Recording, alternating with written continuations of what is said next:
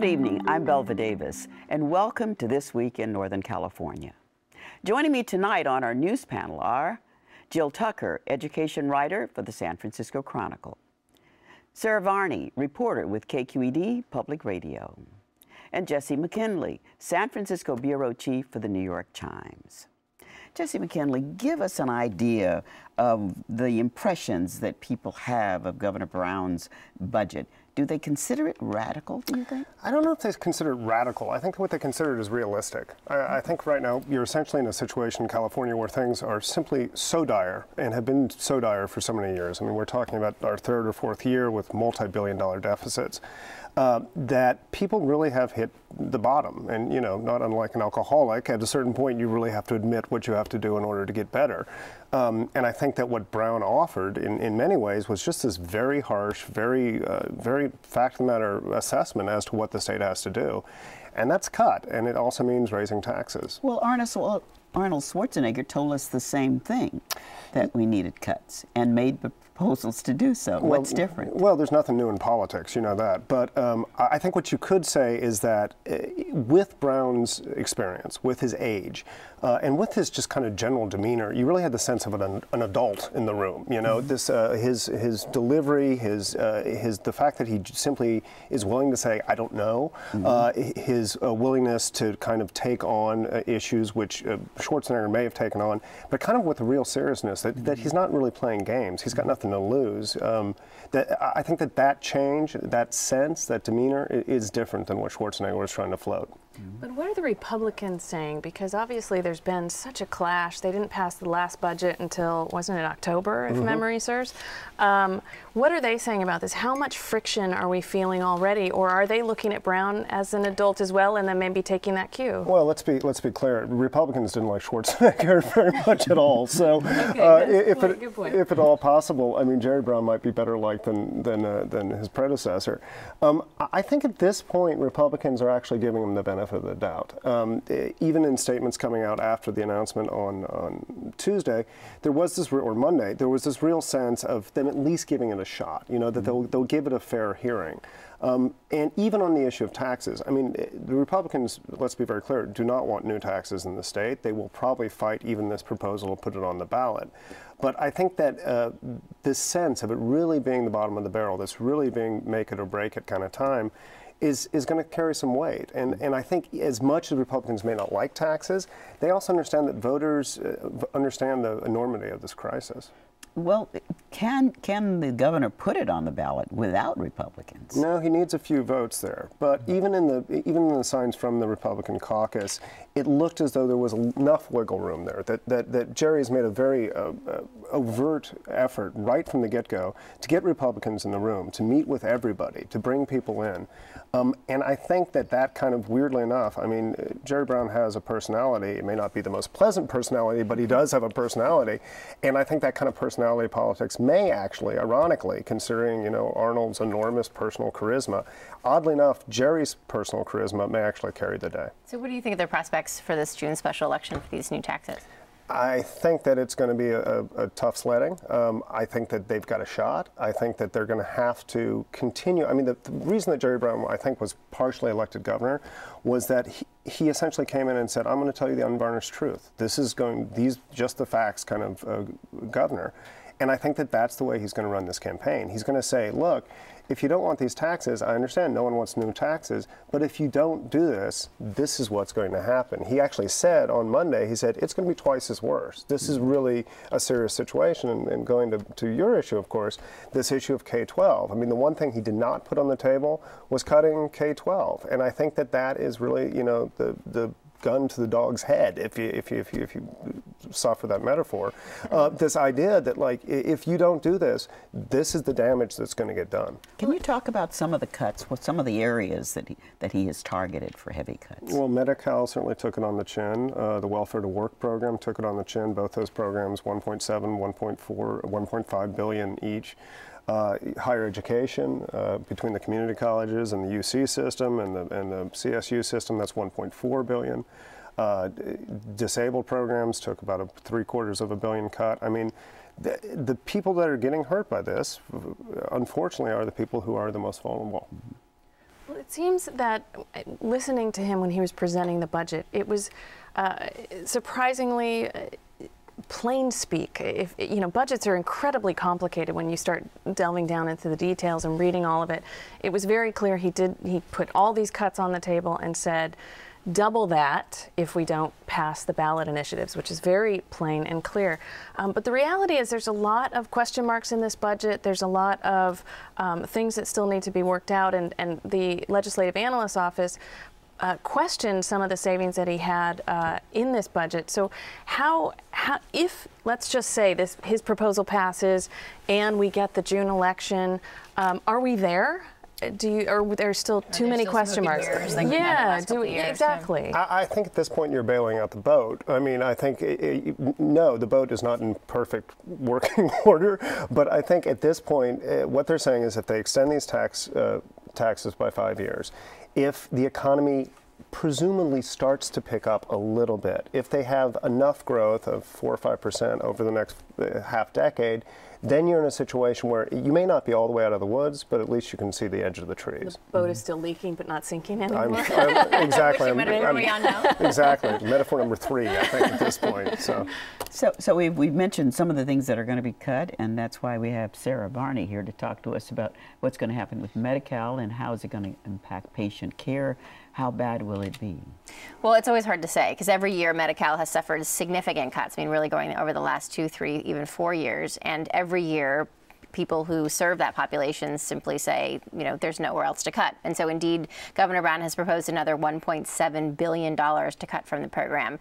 Much of that comes from things that the state has been unwilling to do up until this point. So California historically has had a fairly generous Medi-Cal program or Medicaid program compared to other states. We've eliminated a lot of these optional benefits like dental and podiatry, those sorts of things. And we've not really had drug copays or limits on seeing a doctor, and that's exactly where Brown has turned now. So he's essentially proposed limiting prescription drugs for adults to 6 prescriptions a month. Except, of course, for any life-saving drugs, and limit doctor's visits to 10 visits a year, and then also increase copays for hospital visits and ER visits, in some cases up to $100 a day for a night in the hospital. And then there's been other things that he's proposed as well. In addition to restricting access, he's proposed a 10% reduction in the rates that the state pays to providers who serve this population. That's been something that Governor Schwarzenegger has tried to do over a number of years. And there's also another program called Healthy Families, which provides health insurance to the kids of really the working poor. These are people who earn too much to qualify for Medi-Cal, but don't earn enough to buy their own plans. And in that case, he's proposing eliminating vision benefits for children. So there are something like 700,000 kids on Healthy Families in California. It's not insignificant. And so the question would be, where would these kids go for their vision care? You know, there was a while back when they were recruiting vigorously to get kids into this program because they were trying to avoid problems later on. That just didn't fly. Well, no, they've been successful at actually getting people into the program. This, of course, is the S-chip program that was really something that was started in the 90s by Congress and has been seen as wildly successful. But there are these optional benefits, essentially, that Congress says you don't have to provide in order to participate in the program, both for Medi-Cal and for Healthy Families. And so that's really what they have left to cut, because other than that, they really have nothing left. I was going to say, the other big thing that a lot of people who serve the disabled and the elderly are really concerned about is this elimination of these funding for adult day healthcare centers. So there's something like 27,000 mostly poor disabled seniors who go to these adult day care centers every day, and these are people who otherwise should be in nursing homes, but this allows essentially them to stay in their homes. So the question is always this: you spend a little bit of money on adult day to prevent people from going into very expensive nursing homes. If you take that away, you know, some percentage of these people will inevitably end up in nursing homes, and that's paid for out of Medi-Cal funds. Well, and that's the question in terms of the impact on these families, because I know the concern is a lot of this money and a lot of these programs are for families who are getting back on their feet, and there's a fear that we're knocking the chair out from under them just as they're, you know, just as they're getting up. But some of the suggestions that Brown had don't seem so terribly unreasonable. In fact, I was surprised that they weren't already in place, at least in part. For example, like a $5 copay for a doctor's visit. it seems very minimal compared to what a lot of us might otherwise pay, or some of the reductions in service like housekeeping when there's another adult in the home with a disabled person or something along those lines. But how much are these cuts? I mean, what is the great fear in making these cuts? Well, I think if you talk to advocates for this population, they would say in order to qualify for Medi-Cal in California, you have to be dirt poor. You're talking about somebody who earns $11,000 a year. So to us, a $5 copay sounds great. I mean, I pay $20. But for somebody who's literally earning perhaps $1,000, $1,200 a month, there's just really not much there. You also have to remember that not everybody qualifies for Medi-Cal in California. You're really just talking, Medi-Cal and Medicaid in general is designed for poor families and the disabled and poor seniors. So if you're a 25-year-old single male, you have no dependents, doesn't matter how poor you are, you don't qualify for this program at all. So what are the advocates for the poor and the needy? Are they really riled up about this? Are there movements starting? What has been the reaction? Well, I think to Jesse's point, I think a lot of people in this world who historically, even under Schwarzenegger, would immediately come out and say, you know, this is an outrage. We have to stop this at all costs. They're saying that with Governor Brown, but they also are saying we recognize there's just nowhere else to go. I mean, I think there is a hope that at least with the Medi-Cal program, you know, the federal stimulus money runs out basically starting this summer. So there's a huge chunk of money that's no longer going to be flowing to the state. I think there's a real hope that somehow the feds, because so many states Medicaid programs are really collapsing right now. So I think there's some sort of sense that the feds will step in some way and supplement these programs to a greater extent than they already are. So as we move further into dealing with the recession that we not ever quite called a recession, we're seeing these cuts both in healthcare as well as in education. But this time we've said that K-12s have not been on the cutting block so far, but higher ed has been hit hard. Yes, K-12, the governor's proposing a flatline budget where they would get the same amount of money basically that they got last year. K-12 people, they don't want to, you know, they're happy, so they're sort of in the shadows right now, but they are raising their hand going, A, there's a lot of uncertainty in this budget, and B, we're still going to have to make cuts because we didn't get cost of living and pensions and health care and everything is going up. So please don't be surprised that, you know, we're going to have to make cuts to programs and staffing and things like that to cover those cost of living increases. But truly, higher ed took a huge cut. Jesse said $1.4 billion between them. And I almost expected sort of the shouts from, you know, in the rallies that we've seen in the past. And yet it was, to a certain degree, surprisingly quiet. And I think, as Sarah mentioned, people are a little resolved that there's just nothing else to do. There's no money. And so you're not hearing sort of the whining and the complaining and, oh, don't touch us, as much as we've heard maybe under the Schwarzenegger administration. But truly, these cuts are huge for the UC, CSU, and community college. They do have a lot of options, however, unlike K-12, to try to cover those cuts. None of the options that they have, whether it's limiting enrollment or increasing class size or you know, furloughs for professors, and worst of all, increasing fees, which they've already had. It's a tough choices. There isn't any good choice. There isn't any anything that anybody's happy about in this. And even UDOF, I mean, his statement right after the budget came out was essentially, you know, this is horrible. We don't want this. It's a sad day for California, but we understand.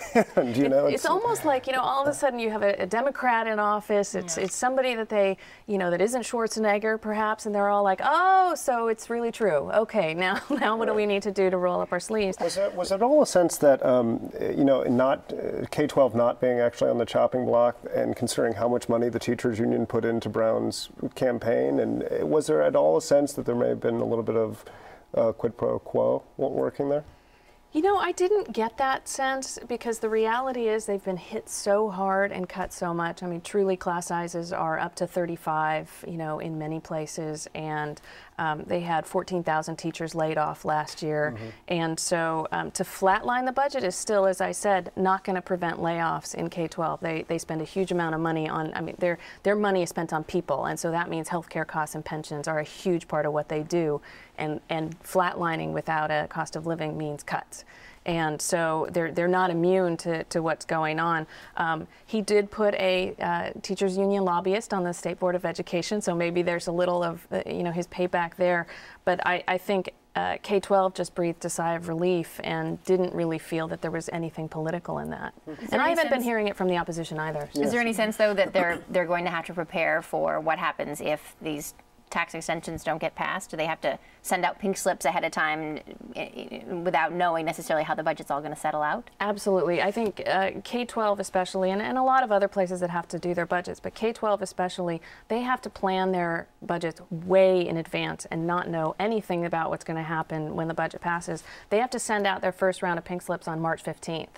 And they're going to have to send out a number that reflects not passing those ballot items in June, and perhaps a huge hit on them, unknown hit on them. So I talked to San Francisco Unified. They're talking about a $20 million shortfall, even if all of this happens. Best case scenario. Can we go back to higher ed for a moment? Yeah. What are some of the dynamics, and how will people feel these cuts? UC Berkeley laid off, or at least said that we're going to be laying off over 100 people.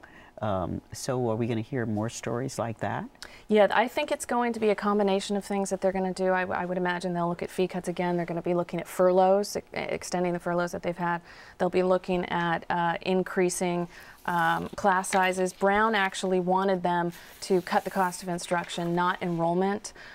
We will actually, on the good news front, the numbers for applications, UC applications came in today, and the out-of-state and international student applications are way up. And of course, those students pay a lot more money. And the system is saying, look, that's not going to jeopardize spots for the in-state people, but those students do bring in more money, and that was good news. We'll have that news in the paper tomorrow. So California schools only for people from Saudi Arabia. Yeah. Well, they will admit not the for state students. No, they say it won't affect those applications, but they will welcome those students with open arms because they spend a lot more money in our schools. They were happy to see that those applications were up. They want to bring the number of students up.